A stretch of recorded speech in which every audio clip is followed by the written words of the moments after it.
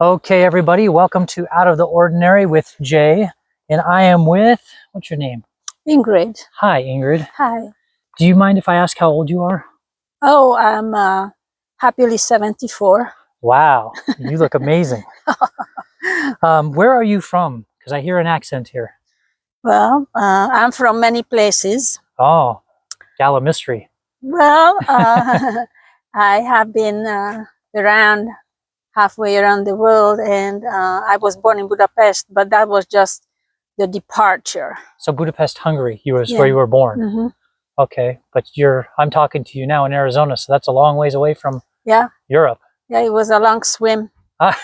You must be tired. No wonder you look so good. So speaking of, we mentioned your age and you traveled quite a ways to be here. What are your thoughts on aging? What do you think about aging? Like about aging gracefully, fighting it. What's the perfect age? Health, happiness. Do you have any thoughts about aging? Well, now that I already aged. You're still aging. I'm still aging. I hope. Yes, we all are. I think above all, happiness is the most important.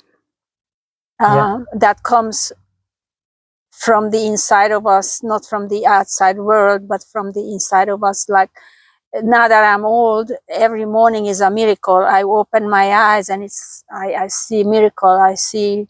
Wow. It's not like when I used to be, when I was young. I woke up, it was a drag. Like have to go to work and have to do this, every morning was like a drag. Now I open my eyes, every morning is a miracle. Right. So now that you're a little bit older, you don't take it as for granted. Oh no, it's like thank God, it's not a drag anymore. Wow, that's a great perspective. I love that. So would you say, what would you say, is there a perfect age? Do you think there's a perfect age? Or what's your... There is no perfect age. No? Any age is perfect when you are happy. It doesn't matter. I got you. I like that. That's a good answer too. Okay, so this is kind of a weird question, but I'm going to ask it anyways. Supposing I showed up today and I brought you a little tiny green pill, and it's the only pill like this in the whole world. And as soon as you take it, if you take it, you get to be immortal. You'll live forever as you are now. Would you take that pill or no? No. You would not? No. Why would you not take that pill? Well, because I'm happy with the cycle. You're happy with the cycle? Yeah. Gotcha. Yeah, some people will say they don't want to because, they have an afterlife that they're looking forward to, or, they just don't think it's natural, like you were saying. Yeah, no, I'm happy with the cycle. I don't remember when I was born, and that's fine. I have no complaints about before I was born, and I'm never gonna remember what's gonna happen later. Right. I love that. Basically, what you say is, I don't remember anything before I was born, so I'm not gonna remember anything after I'm dead either. Right. Done. You just have this in-between moment. Yeah, and that's I'm very wise. I'm happy with what I got. I'm happy with the cycle. It's very, very wise. Where do you think you get this wisdom from? Is it the way you were raised, or just life, or just it's just life experience? Because I have been young, and I have been sick, and I have been everywhere you don't want to be. Yeah. Just life. Wow, because I love what you said there. I think that's great. What would you do? Let's go the other way. What would you do if you found out, like today, I brought you a letter and it said you only have 1 year to live, and you knew it? Well, that's kind of quite realistic, because... Oh, stop it. Anyways. Well, but maybe you feel that way. But it's kind of realistic because, as you know, my sister passed away just a month ago, and she was 75 and I'm 74. So that 1 year is kind of... I see where you're saying, but you're in such... anyways, okay. But let's go with it, okay. Well, if I only had 1 year to go, I would be sitting in the sunshine, looking at the blue sky. Like you are right now. As much as I could, and I would enjoy the rain, the snow, everything. So you wouldn't go bungee jumping, or go get revenge on people that you didn't like? Or... Or I don't know, go do something crazy. You only have 1 year. No, No. why would I speed up my death when I only have one year to live? I'm not gonna. Right, you want to slow it down. Try to get a broken leg. Right, yeah, that's a good point. So you'd want to try to make the most of it, for sure. Yeah, the most of it. Nature, nothing but nature. Nothing but nature. That sounds like a great bumper sticker. Nothing but nature. I love that. I think I agree. I think that's wonderful. Okay. And by the way, any of these I forgot to tell you, you can skip or we can move on or whatever. But if there's anything you don't want to answer, and then you can always delete whatever. That's true too. Yep. If you could travel back in time, would you change anything? And it could be about you or in the world. I've heard everything from, going back in time, they'd kill Hitler, to I wouldn't have this hairstyle in high school. So, it kind of goes, whatever you would want to say. Well, no, I would not change anything. No? No. Because you're here. Yeah. If I did do anything differently, I would not sit here. Well, I'm glad that things didn't change, so we wouldn't be sitting here. You're right. Okay, well, let me ask you this then, Ingrid. What would you say, what is the purpose of life? Do you have a guiding principle? Like, what is the purpose of life to you? I know these are big questions, but... Well, as far as my experience is, contribute and to learn, experience, and enjoy. I think those are great. Joy. Those are excellent. I feel like a book is coming. This is very good. Okay. What is something a person can do to stay healthy? Because you told me your age and you don't look it, and you seem really full of life and energetic and good health and everything. So what advice do you have for a person to stay healthy? Well, believe it or not, I was very sick when I was younger. When you were younger? Mm-hmm. Younger and much younger. Okay. And self-education. Educate about yourself. Okay, just let's go back.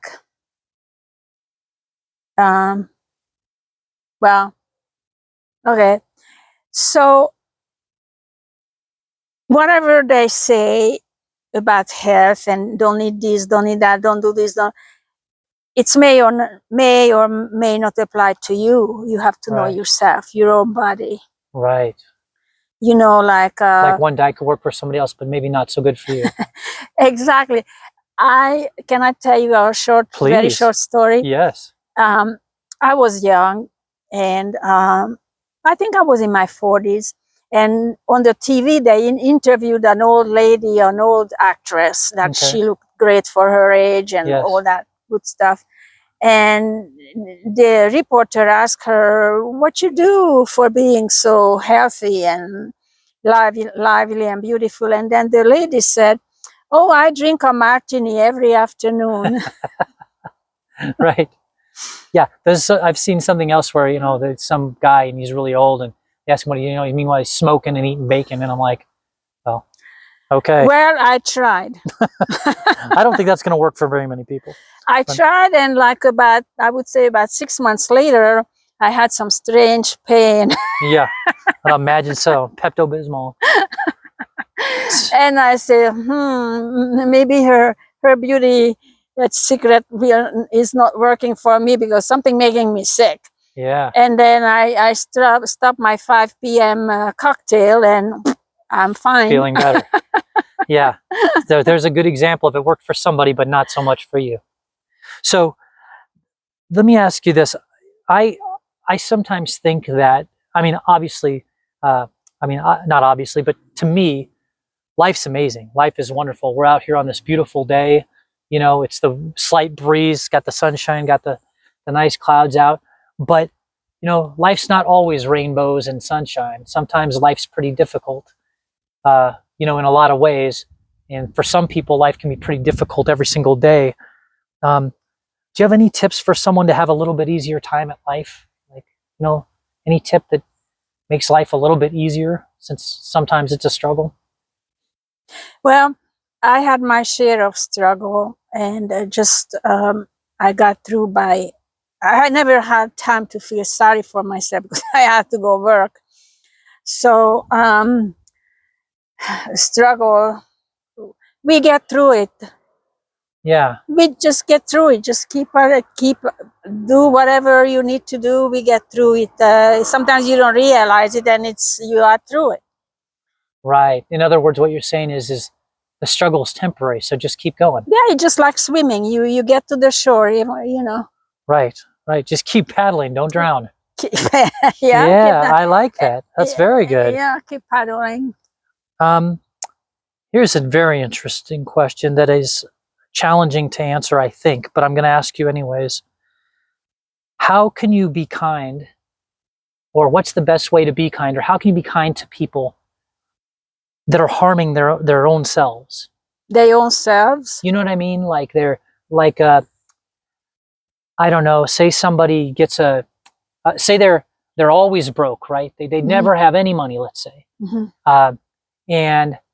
But yet, and at the first chance that something doesn't go perfect at their job, they quit. And then they get a new credit card and they max out that credit card. And then they come to you and they're like, and they max out their new credit card buying a bunch of stuff they don't need. And then they show you all this neat stuff they got, bragging to you. And then they ask you for $5 because they're broke. You know, how do you be kind to someone when they're hurting themselves? Financially? Or in any way. It could be drugs, could be job, could be relationship. Just when somebody's doing something, because I find so many of us do things that are the opposite of good for us. And you know what I mean? I think I have seen plenty of those people. Yeah. In the past. I even had roommates like that. I'm sure. You might even be sitting next to one, but go ahead. Well, it's their learning experience, and one day they're gonna snap out of it and wake up, hopefully. And if they ask for money, which in the past I gave some money away, and I have never seen it back, which is fine. That was my learning experience. But what about more like if they're it's just in front of you? You know, it's like somebody that's doing harm to themselves and it's right in front of you. You know what I mean? You know? Well, I just would think that it's their own learning experience. And if they ask for $5, I say, I'm sorry, I just spent it. I don't have any. Yeah, it's almost like it's a tough one, you know, if somebody's doing themselves in, because like if I can see it, or you can see that somebody's doing themselves harm, obviously they probably know about it themselves already. Yeah. Advice, giving them advice not gonna help, because they have to go through what they do to themselves to learn. Right. The idea that you're going to have the magic word, not very likely. Do you think that people sometimes get there without having to hit rock bottom, or do most people have to really hit rock bottom before they come out of bad circumstances that they're putting themselves in? I think they have to hit rock bottom, either financially or health-wise or otherwise. Yeah, it'd be like someone who, you know, like they're overeating, let's say, and their doctor's saying, hey, your cholesterol's really high. Hey, you're really at high risk of a heart attack. You need to change. And they don't. And then they have a heart attack, right? Kind of that. Yeah, the heart attack is a good wake-up call. Yeah, you just hope that it works. You get, you know, you could be on the wrong side of that one. Yeah. See, long time ago, I imagined, so I probably did read it somewhere, but now I don't remember where. It's yours now. That, you know, when you hit a ball to the ground, it go high. So you have to, they have to hit bottom like a cement court. Right. To rise again, like a tennis ball. That makes sense. The only thing I always am concerned about, because I do think, unfortunately, lots of times, no matter what the situation is, especially if it's self-inflicted, that people have to hit rock bottom to come up. The only thing that always scares me, particularly if it's people that I care about or that I know or whatever, is that, you know, if, like in the case of a heart attack, you're not guaranteed to make it and get to the hospital. You know, that could be it. Your rock bottom could be it's over, you know, either health-wise or financially. You know what I mean? Yeah, but so to watch somebody maybe go towards rock bottom, you're like, oh man, I hope it works out for them, because, you know what I mean? yeah, but see, telling them, giving them advice, they probably receive lots and lots of advice. Yeah. You As can if they even need it. They already know. Yeah, exactly. You can tell and tell and tell, and see when the tennis ball hits the cement court, it's not gonna, one out of the million that gonna pop. The rest gonna go up. Right. So this kind of goes into another question that I have, which is, because it's kind of the same idea, is, but do you think people really care to understand? Meaning like you or your point of view? You know what I mean? Or are people just like, okay, go ahead and talk and then it's my turn? Like, do you think people care to have things explained to them? Well, I would say that most of the people would listen to be polite, but 1 out of the 100, it's gonna make a difference. Yeah, so not very good odds. 1 out of 100 is not very good odds. Yeah, but it's better than nothing. Yeah, you did help somebody.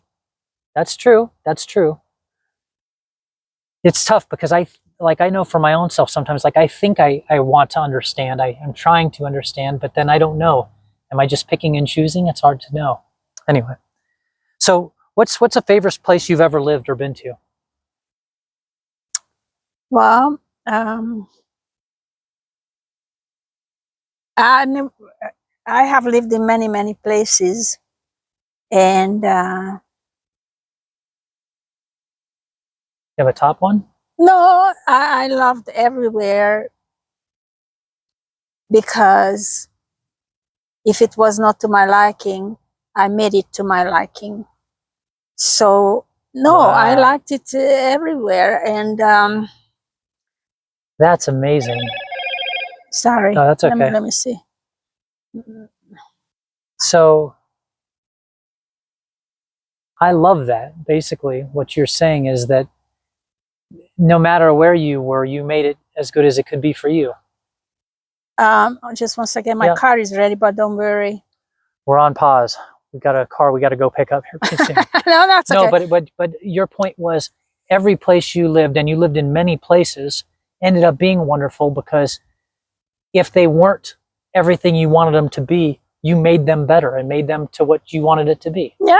Wow. I make everywhere to my liking. Okay, well, I'm going to have another go at it. So let's say money was no object. I just gave you $100 million, and you could take anyone and everyone you wanted with you, and you could live anywhere. Where would you live? Where would I live? Money's no longer an object, and you could take anyone you ever wanted with you.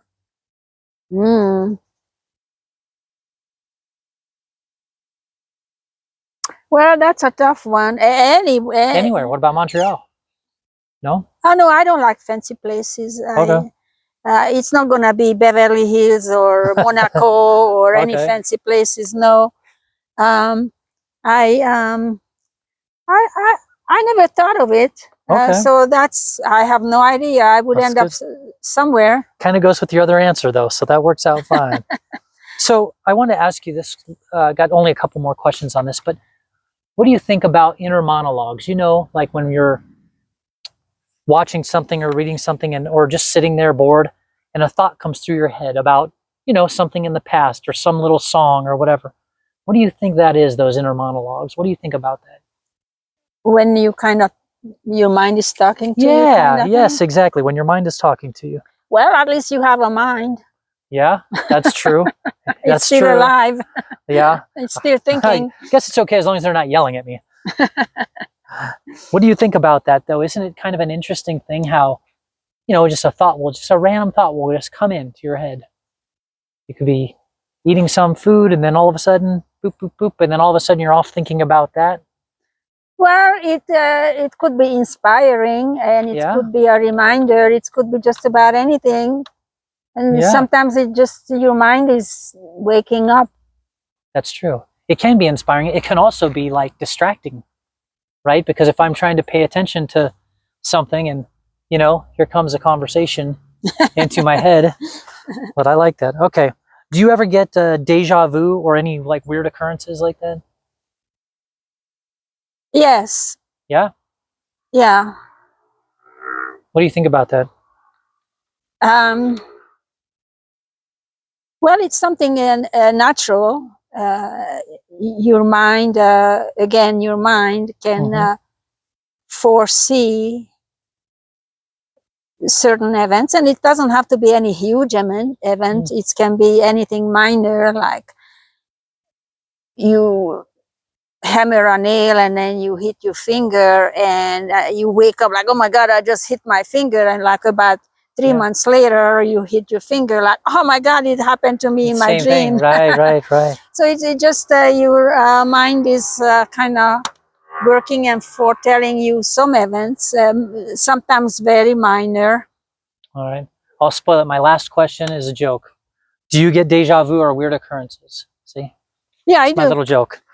Because that's the same question. Anyways. Okay. Thank you, Ingrid. Oh, okay, done. Yep.